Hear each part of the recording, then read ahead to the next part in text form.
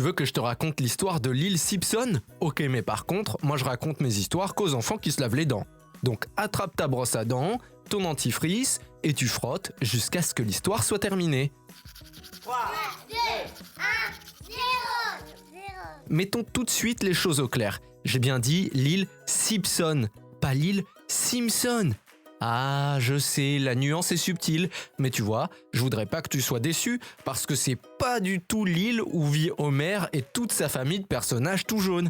Mais là où elle va t'intéresser, c'est que l'île Simpson, c'est un endroit très secret, où très peu de gens ont pu mettre les pieds, tu vois. Elle se trouve tout à l'est des États-Unis, près de la ville de Boston, et à l'origine, c'était la terre d'une tribu indienne qu'on appelle les Monomoiks.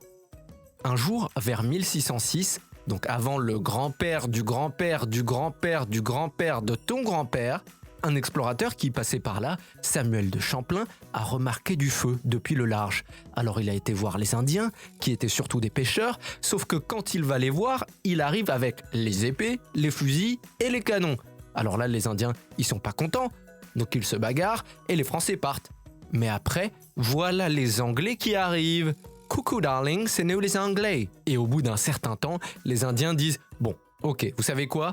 On est d'accord pour vous vendre l'île. Et nous, on va refaire un village sur le continent. » Bon, sur ce coup-là, ils se sont fait arnaquer. Et la conséquence, c'est que pendant plus de 300 ans, cette île, elle est restée fermée au public, car elle appartenait aux descendants des colons anglais. Tu imagines, toi ? Hériter d'une île déserte grâce à ton grand-père sans rien faire ? Tu peux construire un giga toboggan qui va partout sur l'île ou un château de princesse, tout ce que tu veux. De toute façon, personne peut venir t'embêter.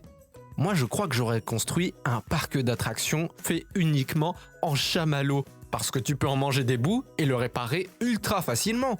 Mais désormais, l'île de Simpson, elle appartient à tout le monde. Tu veux que je te raconte ? D'accord, mais d'abord, est-ce que tu sais qu'il faut changer de brosse à dents tous les 3 à 4 mois ? Au bout de cette période-là, les poils commencent à devenir tout doux. Et même si c'est très agréable, eh bien ça frotte plus du tout les dents, quoi. Alors si c'est le cas, demande bien à papa et maman une nouvelle brosse. Et pour éviter de trop polluer en jetant du plastique à la poubelle tous les 3 mois, le mieux, c'est d'acheter des brosses en bambou, parce que le manche et les poils sont biodégradables.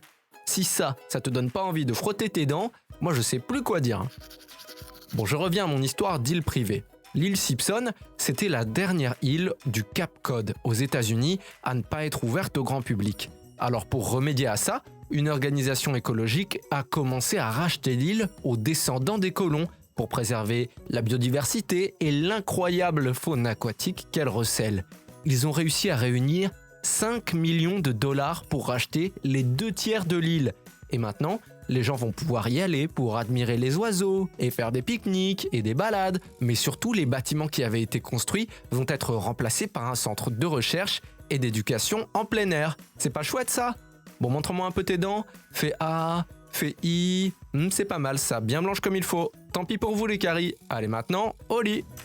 Je vais pas aller me coucher.